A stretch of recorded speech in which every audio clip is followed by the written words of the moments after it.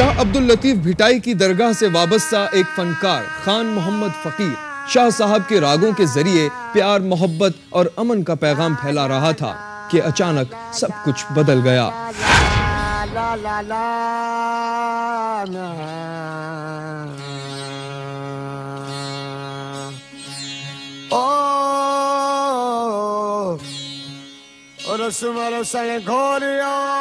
بھٹ شاہ کے قریبی گاؤں کے رہائشی خان محمد کی سمجھ میں یہ بات بہت جلدی آ گئی تھی کہ مال اسباب اور دولت آنی جانی چیز ہے اور سادہ زندگی ہی اصل زندگی ہے۔ خان محمد نے دنیا داری چھوڑ کر فقیری اختیار کر لی تھی اور وہ راگوں کی دنیا میں کھو گیا تھا۔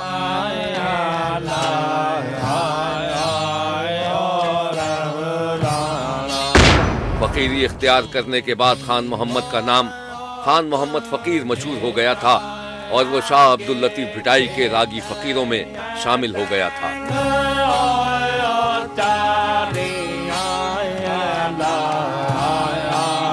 خان محمد کی آواز میں ایک ایسا درد تھا جو سب کو اپنی طرف کھینچ لیتا تھا۔ خان محمد فقیر نوجوانی کے عالم میں ہی شاہ عبداللطیف کی درگاہ سے وابستہ ہو گیا تھا، جہاں سینکڑوں لوگ روزانہ روحانی سکون کے لیے آتے تھے۔ خان محمد فقیر بھی درگاہ کے ایک کونے میں بیٹھ کر راگی فقیروں کو سنا کرتا تھا اور اس کی روح رقص کرنے لگتی تھی۔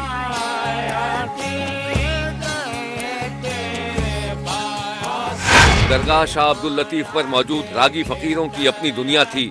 شاہ صاحب کے ایجاد کردہ راگ راگنیاں محبت، پیار، بھائی چارہ اور مساوات کا پیغام دیتے تھے، اور جب ان راگ اور راگنیوں کو راگی فقیروں کے دل سے نکلی ہوئی آوازیں بھی مل جاتی تو روح میں جل ترنگ بجنے لگتا تھا اور انسان نفسا نفسی کی حالت سے نکل کر روحانی دنیا میں پہنچ جاتا تھا۔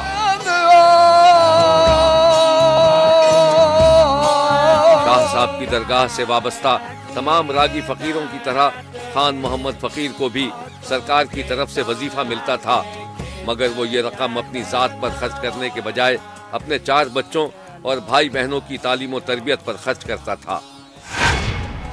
گاؤں میں موجود اس کی چھوٹی سی جھونپڑی اس کی راحت کا سامان تھی۔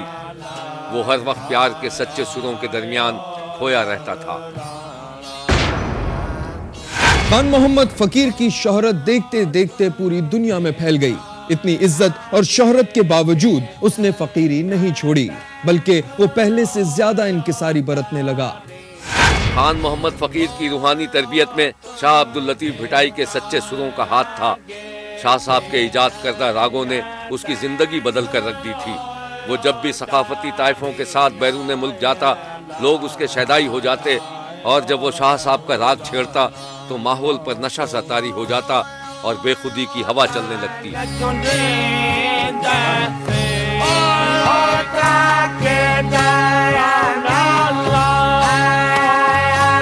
خان محمد فقیر ایک سادہ سا انسان تھا۔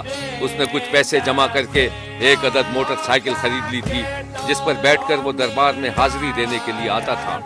اپنی جھونپڑی سے لے کر شاہ صاحب کی درگاہ تک راستے میں ہرے بھرے کھیتوں اور چہچہاتے پرندوں پر خان محمد فقیر کی نظر پڑتی تو اسے یوں محسوس ہوتا جیسے ہر چیز رقص کر رہی ہو۔ خان محمد فقیر کئی بار بیرون ملک جا چکا تھا اور اب اسے ایک بار پھر بیرون ملک جانا تھا، جس کے لیے وہ رات دن تیاریاں کر رہا تھا۔ اس کے بعد کیا ہوا یہ جانیے گا اس بریک کے بعد۔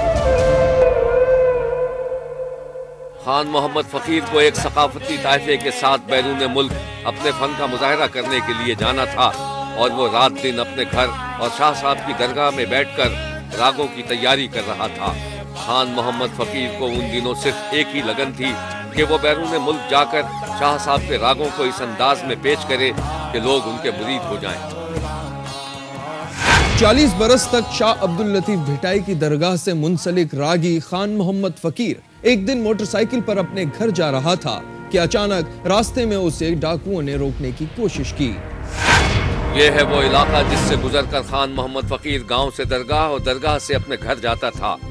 ایک روز کا ذکر ہے کہ خان محمد فقیر درگاہ پر راگ سنانے کے بعد رات کے وقت اپنی موٹر سائیکل پر اپنے گاؤں جا رہا تھا کہ ایک سنسان علاقے میں ڈاکوؤں نے اسے روکنے کی کوشش کی۔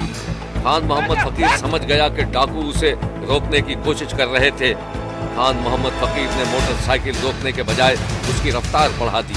ڈاکوؤں نے خان محمد فقیر کو ان کے چنگل سے بچ کر نکلتے دیکھا تو اس پر فائرنگ کر دی۔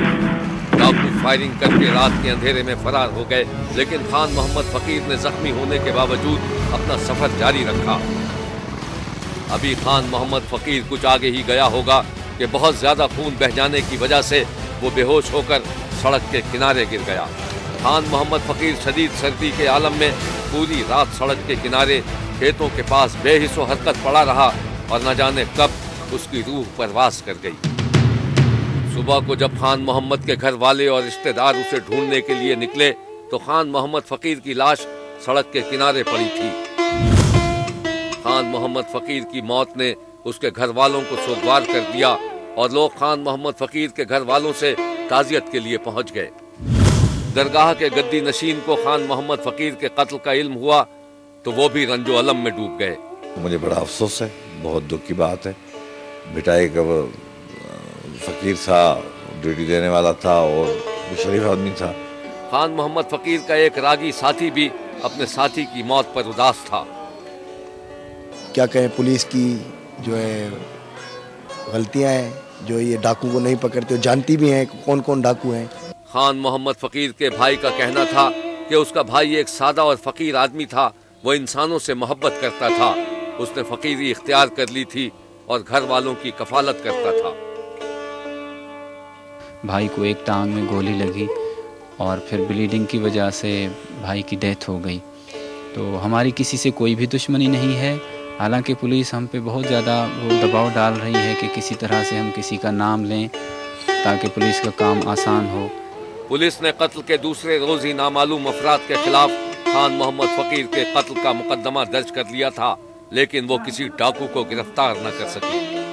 پہنچنے کے بعد کوئی بھی ادھر کوئی ایویڈنس نہیں، لیٹر ورس میں کو فائر کیا ہے، دونوں کارنر سے چیک کریں، رابری کے حوالے سے بھی کہہ رہے ہیں، پرسنل ریونج کے حوالے سے بھی چیک کریں، انشاءاللہ تعالیٰ کسی نیک نتیجے پہ جلدی ودن سون پہنچ جائیں گے۔ یہ ہے خان محمد فقیر کا گاؤں اور اس کی چھوٹی سی جھونپڑی جہاں پر وہ پرسکون زندگی گزار رہا تھا۔ خان محمد فقیر کے بیٹے اپنے باپ سے محروم کر دیے گئے تھے اور گاؤں والے ایک اچھے انسان اور بڑے فنکار سے محروم ہو گئے تھے۔ خان محمد فقیر کو ڈاکوؤں نے رات کے اندھیرے میں قتل تو کر دیا تھا، لیکن درگاہ شاہ عبداللطیف کی فضاؤں میں اب بھی خان محمد فقیر کی درد بھری آواز گونجتی رہتی ہے اور لوگ وحشت کے عالم میں دھمال ڈالتے رہتے ہیں۔ شبیر نے ایک بڑے فنکار کے قتل پر انتہائی افسوس اور غم کا اظہار کیا ہے۔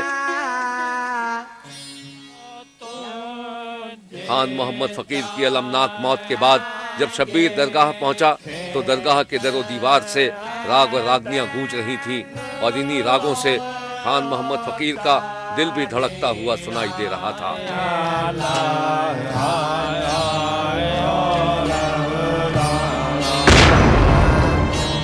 دیکھتے رہیے، کیونکہ کوئی دیکھے نہ دیکھے، شبیر تو دیکھے گا۔